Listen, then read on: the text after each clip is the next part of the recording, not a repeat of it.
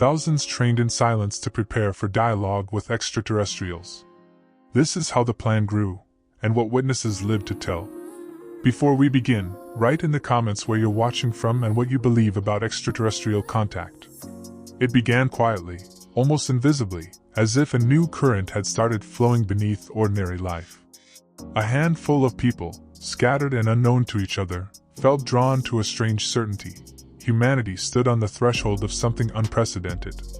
The idea sounded improbable at first. Prepare not a handful but thousands to hold a steady, intelligent dialogue with extraterrestrials. Yet the improbability was part of the call. If the future was truly different from the past, then the preparation would have to be different too, wider in scope, deeper in discipline, and capable of multiplying without collapsing under its own weight. The early emphasis wasn't on spectacle, it was on inner rigor. Participants were asked to work with the raw material of attention, slowing the breath, quieting the churn of thoughts, noticing subtleties that most daily routines train us to ignore.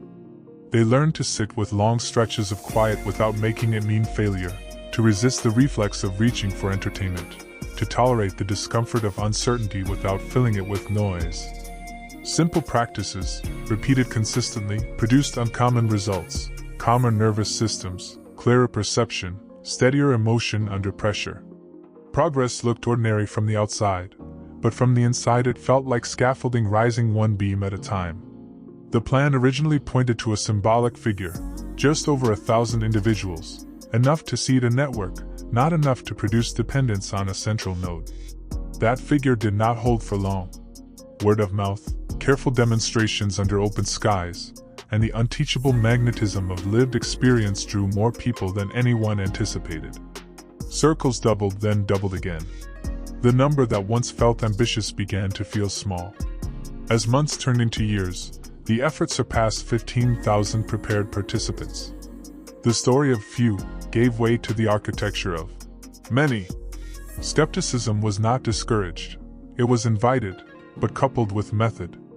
Test everything, people were told. Especially your own impulses. If an unusual light appeared, note the time, the position, the movement, the silence. If a thought seemed not your own, compare impressions after the session. See what matches and what doesn't. If a dream seemed meaningful, write it down before you speak of it, then listen to what others recorded before they heard your version. The intent wasn't to codify belief but to cultivate discernment, neither gullible nor cynical, capable of standing steady between those extremes. The tone remained humble. No uniforms, no hierarchy on display, no merchandising of mystery. The invitation was plain: prepare your mind, strengthen your composure, expand your tolerance for the unknown. If contact arrived suddenly, panic would waste the moment. If it unfolded gradually, impatience would distort the learning. The discipline being built, attention, breath, posture, memory, would serve either scenario. In the process, participants discovered an unexpected side effect. They functioned better in ordinary life, too. Less reactivity at work, fewer spirals into anxiety at night, more capacity to endure silence without rushing to fill it. The very skills that might make contact possible also made daily living more coherent.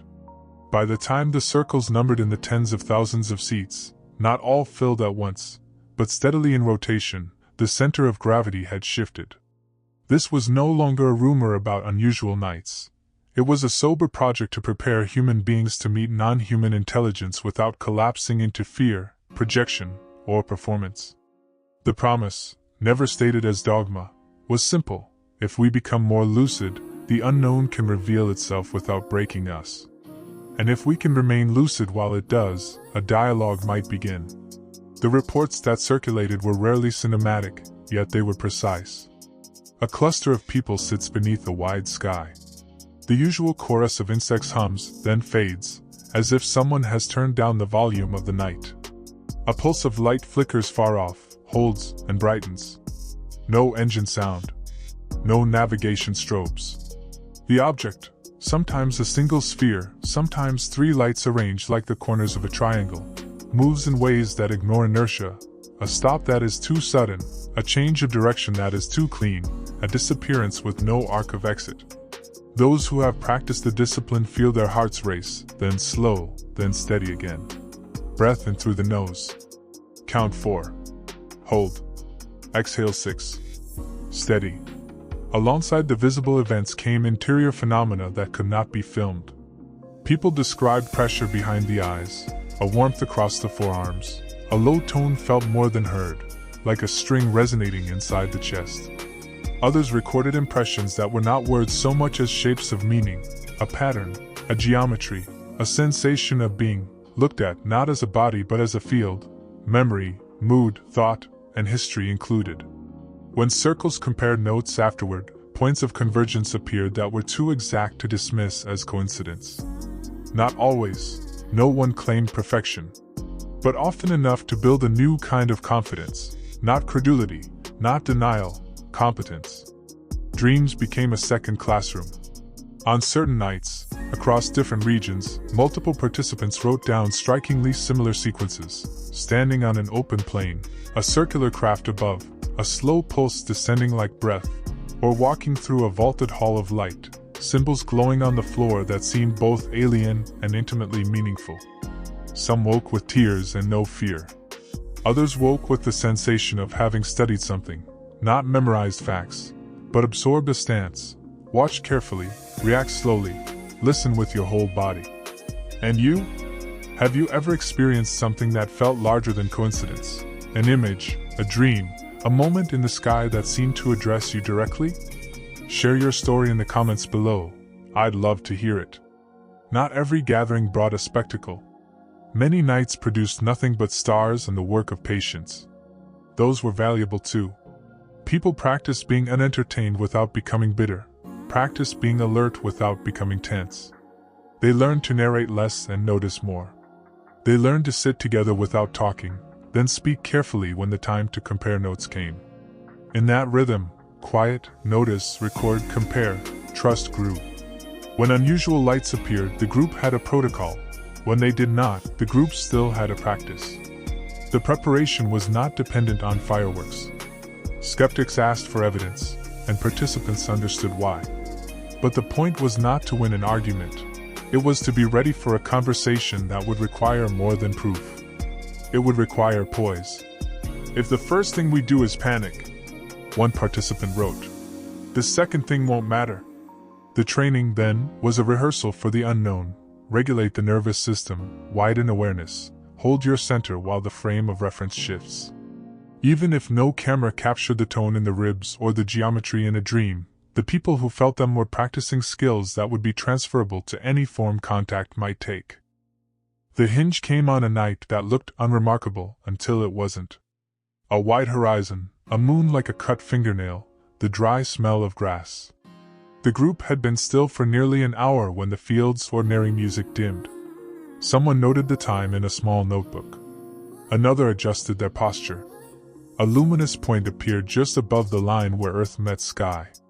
It held, brightened, and slid slowly to the left, then stopped dead as if distance offered no resistance. Two more points winked into existence to form a clean triangle. No one reached for a phone. They had practiced this too. Take in the event first, capture it later if you can. For 2 long minutes, the kind that stretch elastic in memory, the 3 lights held their positions, then folded into one and faded like a breath leaving glass. Silence remained after the lights were gone, but it was not the same silence. The group did nothing dramatic. They breathed. They waited 5 minutes more. Then, quietly, they gathered to compare particulars, where each person first saw the light, whether any tones were felt, what changes in pressure, what temperature on the skin, what sequence of movement. Impressions were spoken and written without hurry, corrections made without argument. In the account that remains, a collage of details becomes a single event, not legend, not propaganda, but a record kept by people who had trained to be both faithful and precise. The weeks that followed carried aftershocks, not sensational, but steady. More circles filled. More nights produced either phenomena to record or silence to practice within. People who had once thought themselves spectators realized they had become instruments, nervous systems tuned, attention sharpened, fear less sticky. A sentence circulated, not as doctrine, but as a working hypothesis. The sky had answered. We answered back by staying calm. The number, 15,000 prepared, stopped being a statistic and became a texture. It meant that in many places, on any given night, someone was sitting carefully under a patient sky, ready to meet the unknown without flinching.